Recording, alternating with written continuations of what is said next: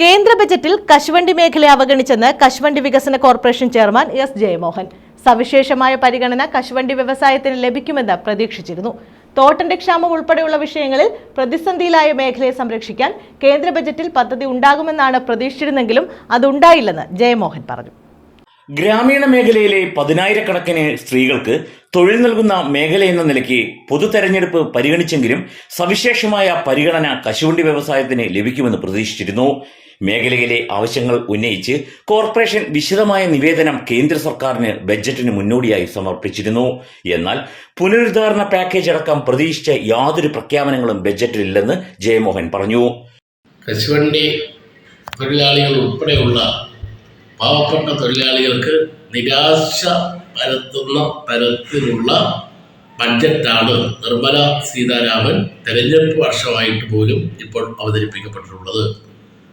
കശുവണ്ടി ഇറക്കുമതിയുടെ പേരിൽ ഏർപ്പെടുത്തിയ NDA ഗവൺമെന്റ് തന്നെ ഏർപ്പെടുത്തിയ നീതി പിൻവലിക്കുക, കശുവണ്ടിയുടെ പരിപ്പ് ഇറക്കുമതിക്ക് സ്വീകരിച്ചിരിക്കുന്ന ഉദാരമായ സമീപനങ്ങൾ തിരുത്തുക, കാഷ്യൂ ബോർഡ് കൊല്ലത്ത് അതിനൊരു ആസ്ഥാനം സ്ഥാപിക്കുക, ESI തൊഴിൽ ദിനങ്ങളുടെ പരിധി നോക്കാതെ തന്നെ തൊഴിലാളികൾക്ക് ESIയുടെ ആനുകൂല്യങ്ങൾ ലഭ്യമാക്കുക, തോട്ടവിളകളുടെ പട്ടികയിൽ കശുമാവ് എന്നെ കൂടി തന്നെ ഉൾപ്പെടുത്തുക.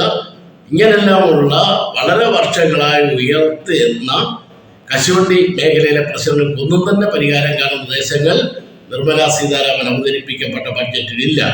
താഴ്ന്നുകൊണ്ടിരിക്കുന്ന കശുവണ്ടി മേഖലയെ സംരക്ഷിക്കുന്നതിന് വേണ്ടി ഒരു 500 കോടി രൂപയുടെ ഒരു പാക്കേജ് പ്രഖ്യാപിക്കണം എന്ന ആവശ്യവും പരിഗണിക്കപ്പെട്ടിട്ടില്ല. അപ്പൊ കടുത്ത അവഗണനയാണ് കേന്ദ്ര ഗവൺമെന്റ് കശുവണ്ടി മേഖലയോട് കഴിഞ്ഞ 9 വർഷക്കാലവും സ്വീകരിക്കുന്നത്. അതിന്റെ ആവർത്തനം തന്നെയാണ് ഇത്തവണത്തെയും ബഡ്ജറ്റ്. പ്രതിഷേധിക്കാൻ എല്ലാവരും ശക്തമായ നിലപാടുകൾ സ്വീകരിക്കണമെന്ന് പാർലമെന്റ് മെമ്പർമാരോടും തൊഴിലാളികളോടും ബഹുജനങ്ങളോടും വിനയപരിസരമായി അഭ്യർത്ഥിക്കാം.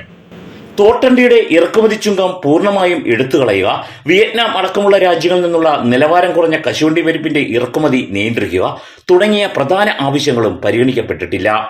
റബ്ബർ ബോർഡിന്റെയും നാളികേര വികസന ബോർഡിന്റെയും മാതൃകയിൽ കേന്ദ്ര സർക്കാർ മുൻകൈയെടുത്ത് കാഷ്യൂ ബോർഡ് ആരംഭിക്കണമെന്ന ആവശ്യത്തിന് പതിറ്റാണ്ടുകളുടെ പഴക്കമുണ്ട്. രാജ്യത്തെ വിവിധ സംസ്ഥാനങ്ങളിൽ കശുമാവ് കൃഷി പ്രോത്സാഹിപ്പിക്കാനും രാജ്യത്തെ തോട്ടണ്ടിയുടെ ആഭ്യന്തര ഉൽപാദനം വർദ്ധിപ്പിക്കാനും കാഷ്യൂ ബോർഡ് പോലുള്ള ഒരു കേന്ദ്ര സ്ഥാപനം കൂടിയേ തീരൂ. ഇക്കാര്യത്തിൽ ബജറ്റിൽ പരാമർശമില്ല എന്നു മാത്രമല്ല, പ്രത്യേക വിഹിതം അനുവദിക്കാതെ നിലവിലുള്ള റബ്ബർ ബോർഡ് അടക്കം പിരിച്ചുവിടുമെന്ന സൂചനകളാണ് ബജറ്റ് ചർച്ചകൾ നൽകുന്നത്. സുപ്രീം കോടതിയുടെ വിധി ഉണ്ടായിട്ടും EPF പെൻഷൻ വർദ്ധിപ്പിക്കില്ലെന്ന തീരുമാനവും കശുവണ്ടി മേഖലയിലെ തൊഴിലാളികളെ നിരാശയിലാഴ്ത്തും. കേരളത്തിൽ നിന്നുള്ള പാർലമെന്റ് അംഗങ്ങൾ വിഷയത്തിൽ സക്രിയമായി ഇടപെടണമെന്ന് എസ് ജയമോഹൻ അഭ്യർത്ഥിച്ചു. ന്യൂസ് ബ്യൂറോ, കൊല്ലം.